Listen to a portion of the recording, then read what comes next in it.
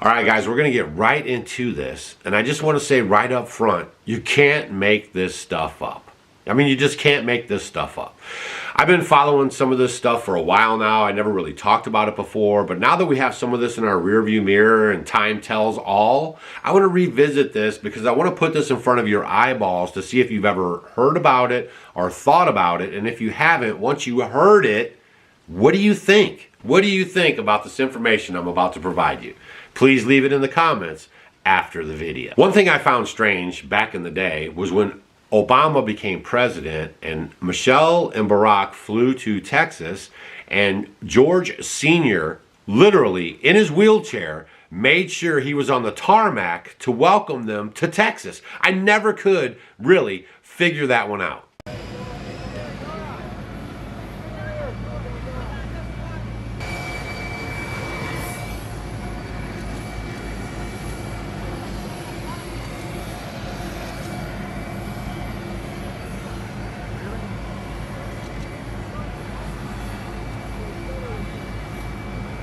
That was the clip right there, just in case you didn't believe me, of him landing on the tarmac. And boy, George Bush Sr., well, I think he looked pretty excited to see him.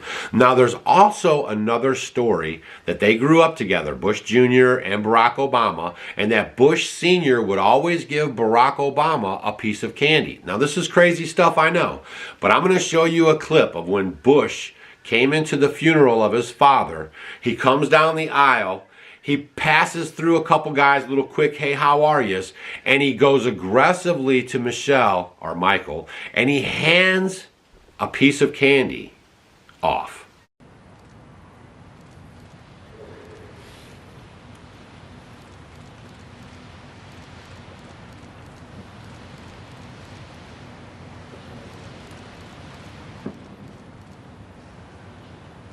So you just saw the clip right there for yourself, how he handed off that piece of candy to Michelle Obama, or Michael.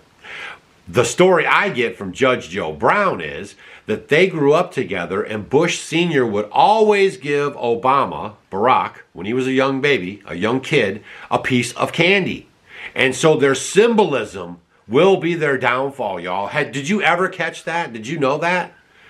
Seriously, did you know that? Leave it in the comments right now. I'm not even done yet. This is going to be off the chain. Which kind of makes, I think, a person that has the capability to think on their own wonder, is this a global operation to just kind of seed people into positions of power, and we're all just, the world is just a stage? It's a family thing. It's a family thing. Have you ever heard of Samuel Hinckley? Is he related to John Hinckley? No. Hinckley, Hinckley.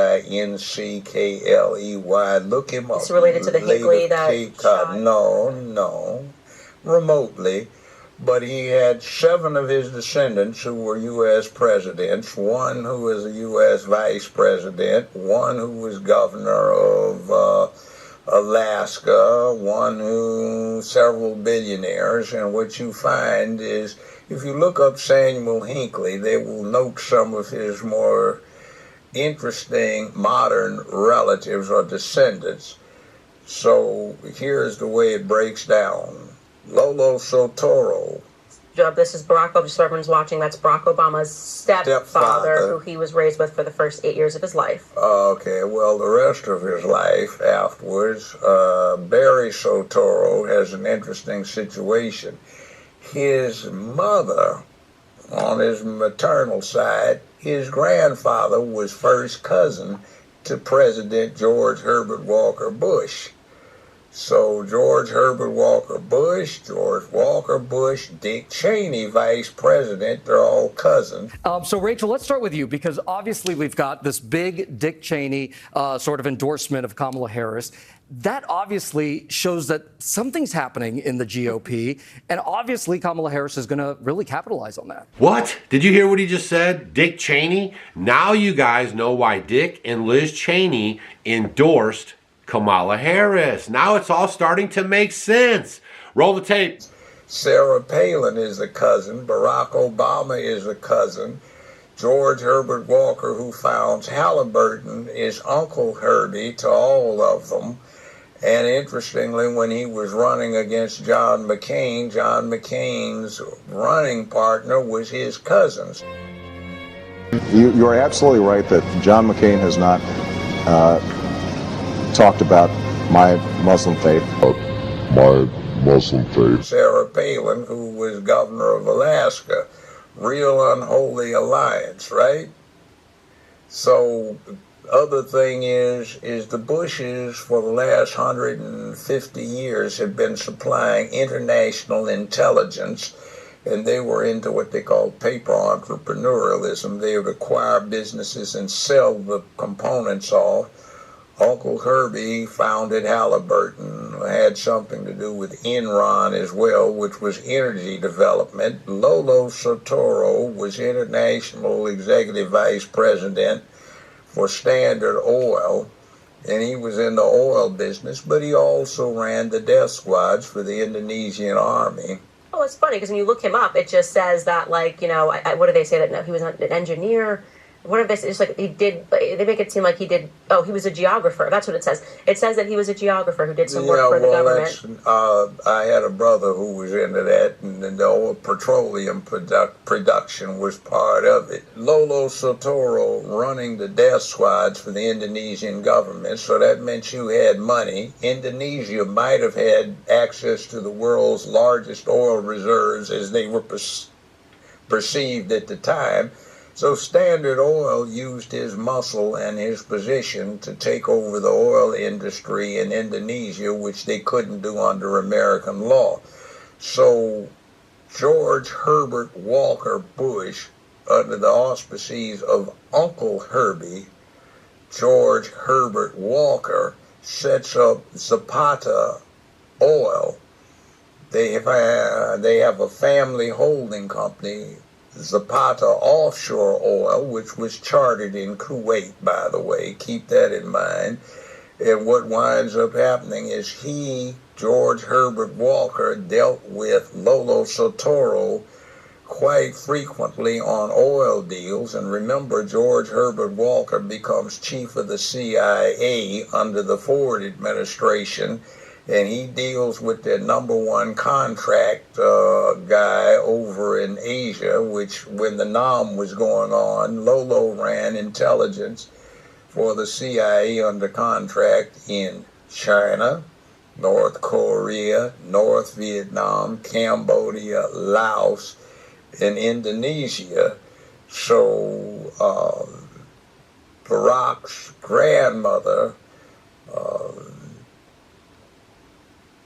hustles her daughter, who was 17 at the time, into a boyfriend-girlfriend relationship with Barack Obama Sr., who was being recruited from Kenya to offset Jomo Kenyatta in the Mau Mau. That was a CIA project.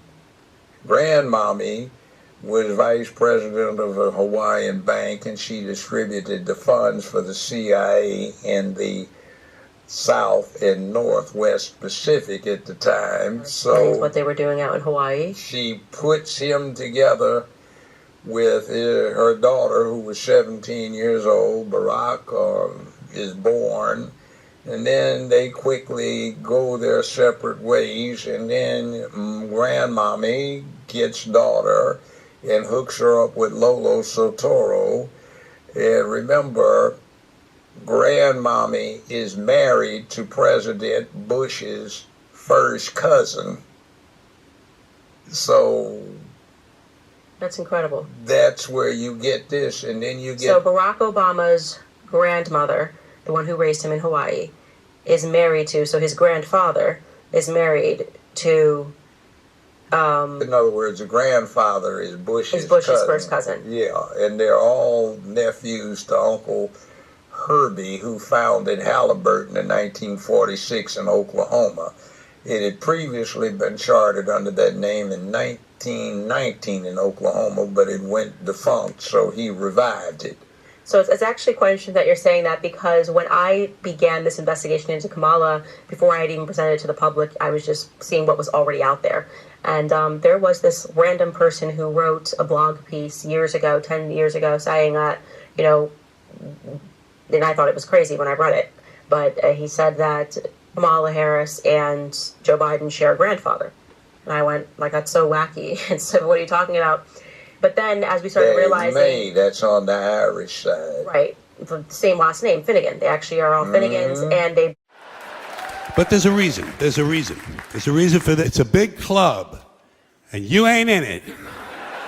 You and I are not in the big club. All right, I found that very interesting. Share this video with your friends. I'll see you guys on the next video. Hit that thumbs up because there was a lot of information in here.